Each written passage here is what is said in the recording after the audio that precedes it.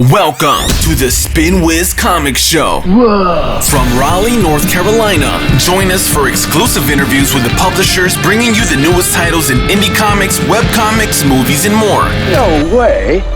And now, here's your host, Jeff Palumbo. Ladies and gentlemen, welcome to the show. Thank you so much for being here. It is great. It is Sunday night. I know y'all are getting ready. I know, trust me.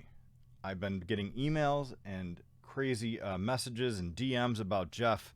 You are the greatest thing at Sunday night because on Monday I have to work again. And I appreciate that from everybody that comes in and just loves a Sunday night smattering of Jeff Palumbo about Spinwhiz and talking nerdy stuff. It's mostly dudes. I'm not going to lie to you. It's actually all dudes. But it doesn't matter. The fact that I have a fan base at 9 p.m. Eastern is kind of crazy. But tonight is something special because normally I interview people in North America because that's most of the publishers that I hang out with or that are part of Spinwhiz Comics are North America based. Once in a while, I'll get somebody, like I think we've had one person from the UK on a random Saturday.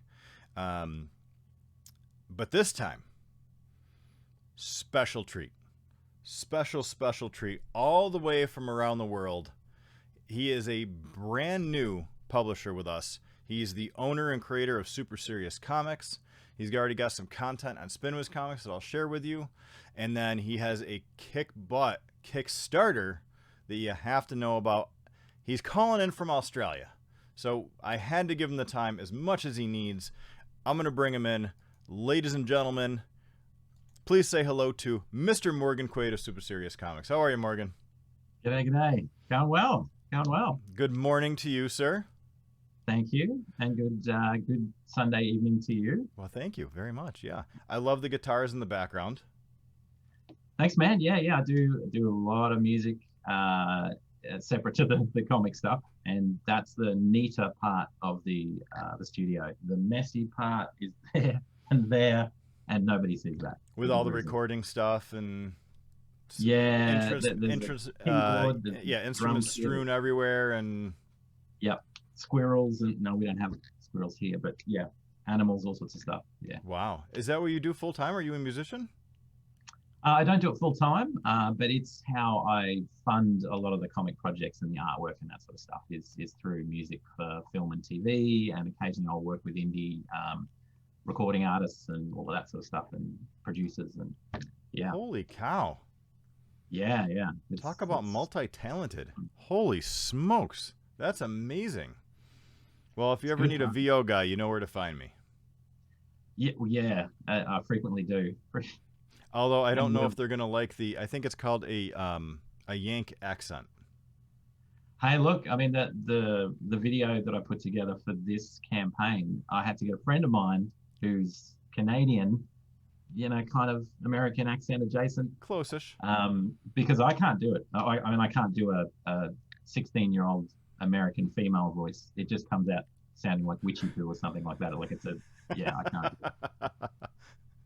So there's always a call for a good,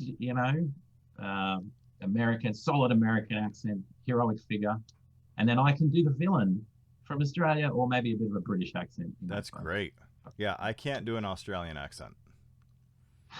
I can, but it would offend you greatly. That's all right. That's all right. You can't offend me with an Australian accent. Unless you're from New Zealand. Just joking. Love to New Zealand. Love everyone there. Just joking. Well, thank you for spending some time with me today. I know we don't have a lot of it, so let's get right into it. I had introduced you as you actually are the newest Spinwhiz Comics partner, so great having you on the site. We just put one of your pieces of content up on the homepage last week, which is IDLE THUGGERY. And then you also have Shadow's Daughter, which is a webcomic, an ongoing web series. So we actually have both. You all are also the first publisher to have both a traditional comic and an ongoing webcomic series. So I'm going to drop a link into Super Serious now into the chat. So if anybody wants to go check it out, which you should. I mean, we're not doing this just so you can hear me talk, even though I know you want to. tell us quickly about kind of both of those, a brief overlay of what they are. And I dropped the link in so they can go read them, because I think IDLE THUGGERY #1 you put up for free. Yeah. And then Shadow's Daughter is an ongoing. You have 655 pages. Like, this is not 12 pages in. So I want to know about both real quick before we get into the meat. All right. Okay. So IDLE THUGGERY, I'm not a massive fan of the superhero genre because it's obviously been done a lot. Yeah. But I had to do a superhero comic. So the perspective in this one is it's the perspective of an up and coming henchman and their kind of journey working for a supervillain, just your average Joe, you know, or Jeff, if that's the case. Yeah. You know, who finds himself through circumstance suddenly working for an arch villain. People are dropping like flies left and right around him, and he kind of rises through the ranks by pure dint of survival. So it was kind of exploring that through that issue. So that there's 3 issues of IDLE THUGGERY, good fun, a lot of action, and some good kind of underlying mythology, I suppose, behind that one. So that's IDLE THUGGERY. Shadow's Daughter is urban fantasy, strong female lead. It's set in a world that is kind of warped by the rising of a strange red moon that sort of hangs around for a while. And while that's up in the sky, things start to go chaotic. So, you know, werewolves, vampires, those sorts of things. Again, all the things that I don't tend to read a lot about, they're not really in my bag, but I wanted to do a sort of twist on it. So the idea is that this heroic kind of figure, she can warp Shadow and use Shadow as a weapon, as a shield, do anything with it. So it's all about her journey as a bounty hunter, sort of tracking down someone. And yeah, it's fairly big. There's a lot going on. I'd and say. it's, again, good fun. Are you going to wrap those into volumes eventually for print? Yeah, so I've done one through Kickstarter earlier in the year. The first volume came out, and then I'm going to be working on the second volume. We're probably only about halfway through the first story arc, because there's quite a bit to get through. So once that arc is complete, then I'll put it all into one sort of larger volume as well. That's the goal. And IDLE THUGGERY, I'm going to be launching on Indiegogo, which sounds terrible in my accent when I say that. But anyway, probably next month or the month after, that's going to go live with printed copies, obviously, of those 3, and then a combined version with some cool variant covers and a few things like that in there as well. That is awesome. Damn, you are busy. Yeah. I don't like to sit still. Yeah, me You got to either. do stuff. You got to get out there. Yeah, I mean, as we were talking about prior to the show, you know, we both kind of work our butts off, and then after we are creative. I mean, I'm not as creative as I was because I'm running a company, so that's not my creativity, but it's still really fun and really like different. So we just, I think guys like us and a lot of the guys in our industry are all about hustle. Like, it just, we come home, we spend time with the kids and our significant others, and then they go to bed, and we're like Batman, but a cooler version, of course. And a bolder version in some cases, which is again kind of cool as well. Yeah, you and I, we share some of the same hairstyle. Yeah. And facial, but I think you pull it off better than I do. That's what all the kids are doing. Yeah, you know. That's what I hear. So since we have you here, let's talk about Enmity, because that is something that you had kind of posted on when we had first started talking, and it just happened that this was coming out. I think it was like the same week that you were onboarding, right? Like they were matching up almost to the day. Yeah, that's right. So give us the hotness of Enmity. Right. So Enmity is based on an idea of the devil, Lucifer kind of character. What if he got bored with his job and didn't want to do it anymore? What would the consequence of that be? But the devil in Enmity is not the traditional horned red kind of devil that you would normally think of. He's more like someone that works for God as someone that keeps the balance, whispering in the ears of people of power, and whispering kind of evil things, for want of a better term, to sort of balance out the good in the world with the evil. And that's his job, and he's very, very good at it. But he's been doing it for thousands of years. He's sick of it. He doesn't want to do it anymore. He's had a gutful, so he gives up, goes on a bender, does everything imaginable that you can imagine he would do.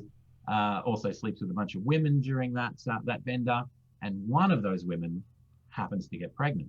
And then 16 years later, in a post-apocalyptic world that is the result of Lucifer no longer wanting to do his job, this girl, Daisy, pops up into the narrative. And her whole thing is she's trying to find her dad. Her mother has passed on. She has no other living relatives, and she's on a journey to find her father. She doesn't know that her father happens to be Lucifer. And in a nutshell, that is the story. It's a girl trying to find her deadbeat father in a post-apocalyptic world that is crumbling and sort of about to fall apart. And then Lucifer, the deadbeat dad that just doesn't want to do anything anymore and is kind of the cause of all of this. How did you come up with that? Well, the idea's been with me for a while. I love the idea of taking a character like Lucifer that's well known in cultural circles as something, and then changing what that character looks like. So you'll notice if you have a look, he actually looks like traditional depictions of Jesus. You know, the long hair and the beard. He does. You know, yeah. All that sort of stuff. And that's very, very much on purpose to sort of, clash with those traditional ideas. But the idea of this Lucifer as this character, the book of Job in the Bible, years ago I studied this sort of stuff and studied ancient Hebrew and all that sort of, and it fascinated me the idea that the character, the Lucifer kind of character in that book is very, very different to traditional notions of the devil. And he is much more like a lawyer, like an adversary who his job is to keep people honest. So the whole story of Job, basically, Job is happy, wealthy, he's got family, loves everything, loves God. And then Lucifer wanders over to God and says, you know what? He loves you because you give him stuff. If you didn't give him stuff, if you took that away, if you took his family away, he would hate you. And that's the whole premise of the thing. And I love the idea of that character, that his job is to keep things honest, which is kind of what this Lucifer is. That was originally what the story was. It was just about Lucifer and the results of all this, sort of clash in the heavens between the angels, the different factions. But it didn't have any heart, didn't have enough guts to it. So then I came across the whole idea of Lucy. It's not Lucy, Daisy. This whole idea of the daughter of Lucifer and her struggle to survive, but also find some connection with her father, and not knowing, who he is, but he's her last surviving relative. So everything about her is to find him. But also, she's pretty cool. She's got some cool stuff. She doesn't know all of it, but she knows that she's not an average teenager, that there's something in her, that the fact that she's alive, the fact that she has things hunting her, that she manages to survive, suggests that something else is going on there. And that's awesome. What a cool idea for a comic. Thanks, man. And is this, you're writing this, but is IDLE Thuggery and, is this your second traditional comic before, like it's just IDLE Thuggery in this one, or were there ones before that as well? This is an interesting one. So there's probably about 8 in total at different stages, but some of them are with sort of traditional publishers, and some were just different stages. So it's all about releasing them, so they get enough traction instead of everything at once. So there are others that I was working on before Enmity, and some that I'm obviously working on now. But in terms of releasing them, going through Kickstarter, that whole thing, yeah, it really is IDLE Thuggery, Shadow's Daughter, and then this one. And then probably later in the year, there'll be another one called Whiplash, which is super cool, but I don't want to say too much about it because it's awesome and it's my favorite, and it's really, really cool. So there's more coming. I'm one of those, I can't just write one thing. I have too many ideas and too many things going on. And as soon as I discovered that you could, if you had enough money to invest and enough time, you could work with an artist and build something that is like a book version of a movie for a fraction of the cost of a movie. I thought, this is what I have to do. This is amazing. So that's what I've been doing. So yeah, there's a lot more, but it's under the surface at the moment and will be sort of released bit by bit as part of my genius marketing plan that I don't really have, but will pretend as though I have a really shrewd plan going on. It sounds like you do. I'll give it to you until you. Fake it till you make it, man. That's all. That's it. You're That's good. it. That's So it. who did you bring on for this? I don't know if it's because are they mostly Australian artists and comics? I don't. No. Out of the crew that you have here, I have only heard of 2 of them. Well, that's encouraging that you've heard of 2 of them. That's pretty good, because there's a fair few involved. No, it's an international team, because I started this very early, and I'm one of those people that has had my head under a rock for a long time, and not been wanting to sort of get out and show my wonderful face that the world can now see, for different reasons. But obviously, you have to do this to start promote and all the rest of it. So now that I'm doing this, it's all on. You'll see me everywhere. So apologies for that. I've completely forgotten the question. Sorry, I got caught up. The people you have working with you, it looks like you have so I have heard of Frunz. Right, cool. So I have heard of him. I didn't know he had a studio though. And now I have a studio, yeah. I feel like I've heard of Vanilla Groove. Well, you've probably heard of Vanilla Groove, because that's my production company for music and hip hop stuff and all that sort of maybe that stuff. that is why I've heard of it then. But hey, again, back to your marvelous marketing plan. It's working. It's out there. It's people know about it. So Frunz studio, their studio that does sort of comic art. It's a relatively new collaboration with those guys. I sort of stumbled across them, started talking, started working through, saw some of the art that they sent through. They've been great, because they don't just, it's not just dealing with a single artist. They also like to get involved in the storyboarding and editing and those sorts of things. Oh, so damn. It's more of a holistic kind of view, which I like the idea of. So I thought, great, I'll get involved. There are a couple of other artists there, Moses May and Willie Roberts. I've been working with them on other projects for years now. Some of those will be coming out in the coming months. So they've both done variant covers for Enmity, and they're both great, and I've been working with them for ages. But honestly, I went international because I was, a little bit shy, a little bit scared to go internally and find, and now all of a sudden I find out there's a massive, thriving Australian comics industry.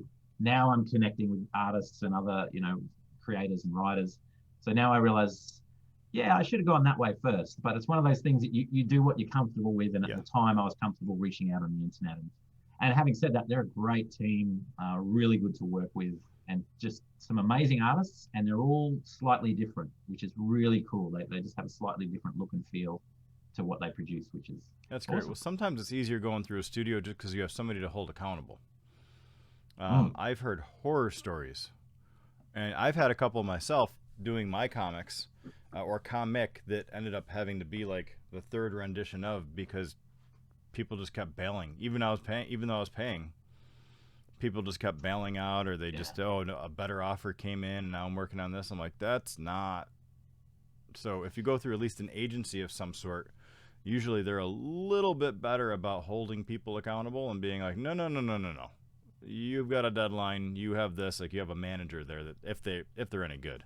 So hopefully that is beneficial to you. It definitely is. And I've had that same experience with some artists, not being able to continue, and having to, quickly find another artist and then decide, do I rebuild everything from scratch? Do I, start with something new? It's quite common. And we're talking probably 30 artists I've worked with, to narrow down to around 7 that I've consistently worked with. And probably about 5 of those that are really, always on time, top notch. So it takes time to get that team and the partnership. And one of them, actually, Willie Roberts, I'm actually partnering on a project with him that he wrote and he started to put together. And so I'm sort of writing the 2nd issue with him and editing and helping with lettering and that sort of stuff. that's really cool because it shows that there's enough trust either way that he would trust me with something that it's his baby. Like I'm trusting my stuff to him. Yeah, that's really cool. But it does, you're right. It takes a bit of work. There's risk involved. There's money that you lose. I've lost a bunch of money on things that just didn't work out. That's the nature of things. So yeah, it's part of the business. Yeah. Are they Australian as well? Who fronts? The studio? Yeah. Yeah, no, they're in Russia and somewhere else as well. So they're spread over a little bit around the place. But I found them online. Started just talking with Alex, and that's one of those things. You know, you're attracted by the art initially, and then you sort of start talking. But of course, his name is Alex. My son's name is Alex. You know, so there's a connection, and you immediately think, oh, he's got to be a good guy. Surely, there's no one named Alex is going to be. Yeah, right. Turned out to be a great guy. And it's that thing that you do where you do a few test pages. So you do 3 or 4 pages, and you say, as a creator in your mind, I'm giving this amount of money away. If it doesn't turn out the way that I want it, then that money is lost, and I have to be okay with that. Yep. And then if it comes back, great, we keep going. But yeah, you've got to be thinking in terms of issues, and then story arcs, and then how much do you invest to get to that next. Yeah, there's a lot of thought that has to go into that. But the initial test, if it works really well and everything gels, and these guys have been great, and yeah, really dependable, which is just what you want. Oh yeah. When you're doing that much stuff, and you're doing as much stuff as you are specifically are doing, to be able to let somebody manage that and kind of say, okay, we just need your approval. You know, is this what you're hoping for? And just letting it be a management cue that you're just now signing off. There's a lot to be said about somebody and paying probably a little bit extra to make that happen or allow that. But that's what I need.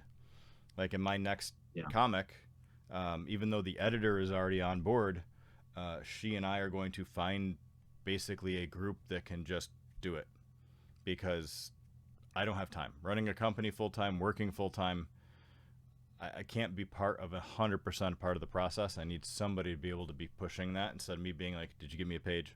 Where's my page?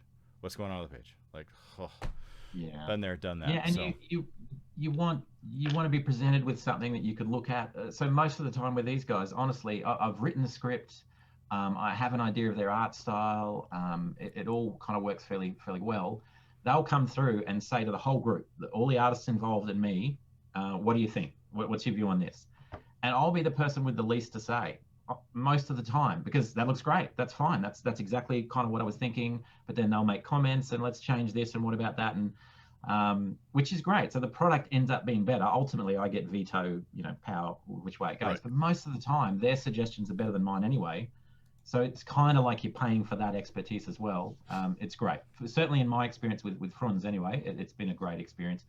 And I just happen to be lucky, I think, with some of the other artists that I've worked with, like Moses and Willie. They're just great at what they do.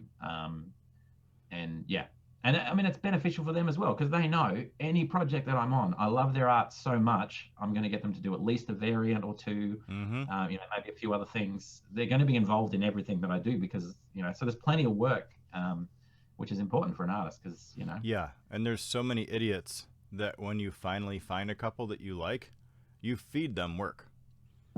Yeah.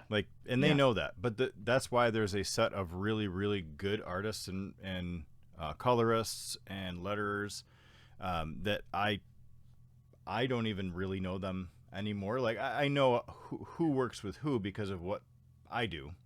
And I know from just general who likes who and stuff like that and what teams are out there. But me getting back into it again, if that is to happen, I have to find my own crew again.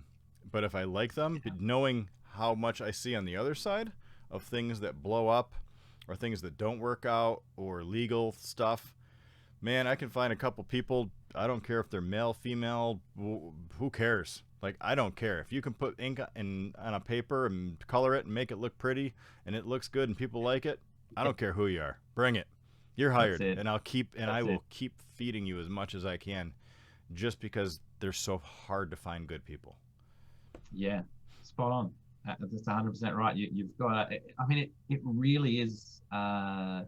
a tradesman kind of deal. Yes. It's you get someone working on your house. If you get someone good, you will keep them coming back every time. But it's very hard to find someone that turns up when they say they're going to turn up, does the job right, doesn't overcharge you, all of that sort of stuff, the complete package. It's a similar sort of thing. And not that I'm equating artists with tradesmen, or maybe I am. No, I depending mean, on they're, which side you're on, but they're a different type of trade. Yeah. But it's yeah, when you find the ones that are right, it's really good. And I'm willing to be way more forgiving with a great artist that I work well with, and even pay more because of that relationship, and because I know what I'm getting and I know their value, and I want to help support them. I want to see them do well, because they do well, I do well, we all do well. You know, that's the goal. That's the way it works, man. All right, well, let's we're running out of time here. I know that your time is valuable. So we have, I'm going to scale to the front here. You have 30 backers already. There's still 19 days to go, so there's a bunch here. Now, obviously, if you were watching on YouTube, you're not on Facebook Live right now, you're on YouTube. All the links are below. It'll probably be, by that time, probably like 13 or 12 days once you see it. So make sure you check out the links below. But you're already 2/3 there. Yeah, getting close. Just need to get that little bit extra, and then we can start getting into bonuses and extras, which would be cool. And you said this isn't your first rodeo with Kickstarter either, right? No, it's probably my third, but you know, the first one was sort of feeling out how it all works, not really knowing anything about it. So really, it's the second one where I've known a little bit more about what I'm doing. And for instance, even having an American printer or US printer as well as an Australian printer. My first campaign, I didn't do that. I had a US printer. I printed the books, sent them to Australia, and then posted them all out. Dumbest thing you could ever do. So I made nothing on that at all. It was a good exercise to learn how to do something bad. But I mean, you know, like they say, you learn nothing new the second time you get kicked in the head by a horse. So I don't want to do that again. So yeah, that was correct. Yeah, so it's really the second one where I've known a little bit more about what I'm actually doing and how it all works. And I'm learning so much every day that I still don't know, or it's slightly different to music stuff that I'm familiar with. I'm comfortable with all that, but comics I'm still learning, you know, getting my feet. Yeah. Well, even in the comic, even with my background in marketing and engagement stuff, Kickstarter is its own beast. Like, even I would bring somebody in to be like, help me run this, just because it's so radically different. The usability and what people want and what they purchase, and the consumer behavior of it is completely out of the box from anything that it would be a normal consumer behavior, whether it be on an e-com site or reading comics, or it's its own kind of universe. And Indiegogo kind of falls in the same line of that. But Indiegogo has little oddities with it as well. Like not shutting down campaigns for 6 months and stuff like that. Very odd. Yeah, it's a different, and they're almost, I think, trying to position it that you could set it up as kind of a pseudo shop that goes for a long period of time and all that sort of stuff. It is weird, and it's very different, and it democratizes a lot of things, which is really interesting, and sort of says, all right, you choose what you want to support. But then you have the issue of, how do you get your project in front of people? How do you know if they're going to support it or if they would like it? Because there's this access issue. Then you have who's at the top versus who's at the bottom. And it is a really interesting microcosm, I suppose, of consumer activity and all that sort of stuff. And it's, I mean, honestly, I would love to have T-shirts and stickers and figurines and mugs and Kiss the Chef kind of, you know, aprons and stuff. But then you have to think of each one of those. I've got to build them. I've got to ship them. The timing's got to work out. Now they've got a box that's that big instead of that big. So I've had to also keep things as smart as I can to make sure, you know, I can get it to people quickly, but also it's going to actually make some money. So there's a chance that I can keep doing this, rather than, hey, we did this amazing thing, gave you all this cool stuff, and now we're broken, we can't do this anymore. Yeah, logistics are a thing, for sure. Yeah, very much so. And I've heard a lot of horror stories, and I mean, I've shared my horror story of the first one that I did. So I've learnt from that and learnt to keep it simple where I can, and give extra value where I can in a way that is still not going to screw up the logistics, and is still going to make sure people get what they want as soon as we can. 100%. Well, listen, we are almost out of time. Anything else you want to throw out to the publics before we sign off here? Well, to the publics, I would say if this is at all of interest to you, get in, have a look. There's a lot of stuff in there. There's videos, there's music, there's a whole bunch of stuff. We're going to, despite what I just said, I am actually going to have a t-shirt giveaway, but it'll be a bit different. It'll randomly pick a couple of people and give some t-shirts away. There's a lot of stuff in there. Go and have a look. Share it with your friends, anyone that likes the post-apocalyptic kind of stuff, or just cool stuff. Because I mean, the kids are saying it's cool. I don't want to be the one to say that, but apparently the kids are saying it's cool. So get in there, and any questions, anything come through, I'm more than happy to talk to you guys, and share the experience. Awesome, man. Thank you so much. Well, listen, thank you for being here. Thank you for spending some time with me and the rest of the Spinwhiz crew. I wish you the best of luck on this. And again, as I tell everybody out there that you're watching, go check it out. Check out the stuff on Spinwhiz Comics. Check out that Kickstarter. If you can't kick it, like it, share it. Follow Morgan on Facebook and Twitter for Super Serious Comics, and share it because one of your friends might like it. So just because you can't doesn't mean that you can't actually help Morgan out and make this thing happen, because we want to see more content from him 100%. So Morgan, thanks for being here. Hang on the line for me just one sec so I can say goodbye to everybody else, and I will be right back to you. Thanks, man. Cheers, yeah, man. Jim. All right, where's my button? There's the button. Ladies and gentlemen, thank you so much for being here. I think I could probably talk to Morgan for another 3 or 4 hours. I feel like it'd be even better if I had bourbon or scotch. And we'd probably just... he has so many things going on. It's crazy. But in the meantime, obviously I can't do that because, and you guys, I know that you'd love to sit for another 2-3 hours of Morgan Quaid. We'll set that up at another time. Guarantee it. But until then, like I said before, go check out the Kickstarter. Check out Super Serious Comics on Spinwhiz. Don't worry about it if you're on Facebook. The links are right below. Just click on the one of the links. They're there. I put them for you there for a reason, for you to click on them and check them out. So, and a lot of the stuff that Morgan's actually running on Spinwhiz is free to read too. So that's great. And if you like it, pick it up. But again, definitely share that Kickstarter if you so could to kind of help them out.